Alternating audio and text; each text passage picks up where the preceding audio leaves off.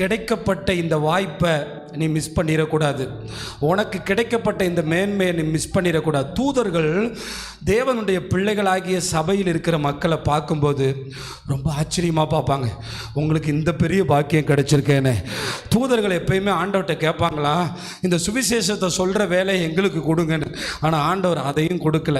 ஏன்னா கர்த்தருடைய வார்த்தை நமக்கு என்ன சொல்லுது தெரியுமா? 1 பேதுரு 2:9 நம்மை குறித்து கர்த்தருடைய வார்த்தை இவ்வாறு சொல்லுது. 1 பேதுரு 2:9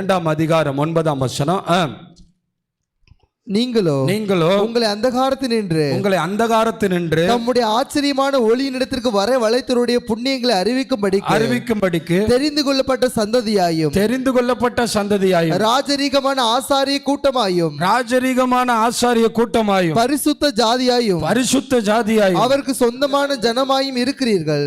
பாருங்க, நம்மளை குறித்து கர்த்தருடைய வார்த்தை என்ன சொல்லுதுன்னா, நம்ம யாரா? எல்லாரும் சத்தமா சொல்லுங்க. ராஜரீக ஆசாரிய கூட்டமாயோ பரிசுத்த ஜாதியாயோ அவருக்கு சொந்தமான ஜனமாகவோ இருக்கிறீர்கள். அல்லேலூயா, அல்லேலூயா. நம்ம யாரா? ராஜரீக கூட்டமா. அதாவது உலகத்தில் G20 மாநாடு நடந்தால் உலகத்தோட எல்லா கேமராவும் அங்கே தான் போகும். அல்லேலூயா, அல்லேலூயா. G7 நாடுகள் இருக்குது, G5 நாடுகள் இருக்குது. இந்த G5 G7 நாடுகளில் இருக்கிற தலைவர்கள் கூடுனாங்கன்னா உலக கேமரா எல்லாம் அங்கே தான் இருக்கும். ஓஹோ, இன்னைக்கு அமெரிக்கா அதிபர், ரஷ்யா அதிபர், சீனா அதிபர், உலகத்தின் நாடுகள்லாம் ஒன்று சேர்ந்துருக்குப்பா. பெருந்தலைகள். உலகத்தில் ரொம்ப பவர்ஃபுல்லான அமைப்பு G5, G7, G20 இப்படிலாம் இருக்குது. இந்தியா G20 இருக்குது.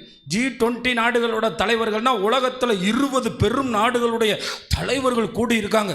உலக செய்திகள், உலக கேமராக்கள் எல்லாம் அவங்கள நோக்கி இருக்கும். இப்போ பரலோகத்தில் இருக்கிற தூதர்கள், பரலோகம், தேவன், ஆமாம், குமாரனாகிய இயேசு, எல்லாருடைய கண்களும் நம்மை நோக்கி இருக்கு. ஏன்னா நம்ம யாரா? ராஜரீக கூட்டம். அல்லேலூயா. நம்ம யாரா? பரிசுத்த ஜாதி. என்ன ஜாதியா? ஆனால் பக்கத்தில் காலை பார்த்து சொல்லுங்க, உங்கள் முகத்தை பார்த்தா ராஜா மாதிரி தெரியலையே.